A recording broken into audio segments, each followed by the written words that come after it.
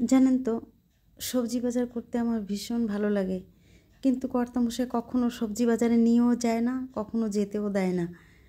তো সেদিন বনগাঁ গেছি, সেই সুযোগটা আর আমি হাতছাড়া করিনি। সোজা চলে গেছি বাজারে। আমার পছন্দ মতন আমি mushroom, red bell pepper, yellow bell pepper এই সবগুলো আমি কিনে নিয়ে এসেছি। বাজারে গেলে আমার এত কেনাকাটা করতে ইচ্ছে করে, মনে হয় যেন সব কিনে নিয়ে চলে আসি, কিন্তু সেটা তো সম্ভব নয়। তাই দূর থেকে বেশি কিছু আনা যায় না, এগুলোই নিয়ে চলে এসেছি। তাই আজকে বানিয়ে নিলাম আমার রান্নাঘরে চিলি মাশরুম। মাশরুমটা খেতে আমার মেয়ে ভীষণ ভালোবাসে, বিশেষ করে আমিও ভালোবাসি। তার জন্য নিজের পছন্দ মতন বাজার করে, নিজের পছন্দ মতন রান্না করে আজকে এটা করেছি। কেমন হয়েছে আপনারা কিন্তু আমাকে অবশ্যই কমেন্টে বলবেন।